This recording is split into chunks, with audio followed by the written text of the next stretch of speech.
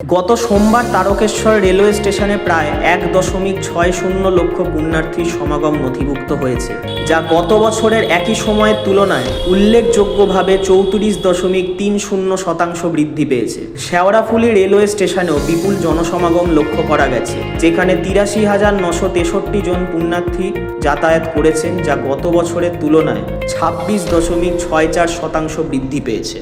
পূর্ব rail স্টেশনে 5,920 জন যাত্রীর ধারণ ক্ষমতা সম্পন্ন 3টি অস্থায়ী হোল্ডিং এরিয়া তৈরি করেছে, যা পর্যাপ্ত আলো, পাখা, পানীয় জল এবং মোবাইল চার্জিং সুবিধা দিয়ে সম্পূর্ণরূপে সজ্জিত।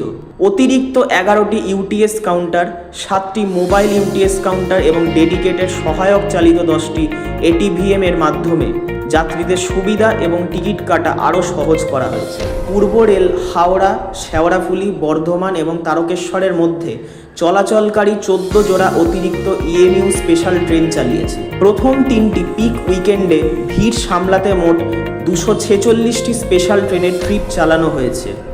এর পাশাপাশি জরুরি পরিস্থিতিতে তাৎক্ষণিকভাবে ট্রেন চালানোর জন্য তারকেশ্বরে একটি ডেডিকেটেড ইএমইউ স্ক্র্যাচ রেক মোতায়েন রাখা হয়েছে। উৎসবের পুরো সময় জুড়ে যাত্রীদের নিরাপত্তাই পূর্ব রেলের সর্বোচ্চ অগ্রাধিকার। তারকেশ্বর স্টেশনে 70টি সিসিটিভি ক্যামেরার মাধ্যমে ক্রমাগত নজরদারি চালানো হচ্ছে, যেগুলির লাইভ ফিড রিয়েল টাইম নজরদারির জন্য একটি dedicated railway protection force war রুমে পাঠানো হচ্ছে। ভিড় নিয়ন্ত্রণ এবং নিরাপদ চলাচল বজায় রাখতে সরকারি রেলওয়ে পুলিশ বা GRP, civil defence, Hooghly police এবং স্থানীয় জেলা প্রশাসনের সাথে ঘনিষ্ঠ সমন্বয় রেখে প্রতি রবি ও সোমবার প্রায় 410 জন আরপিএফ কর্মী মোতায়েন করা হচ্ছে।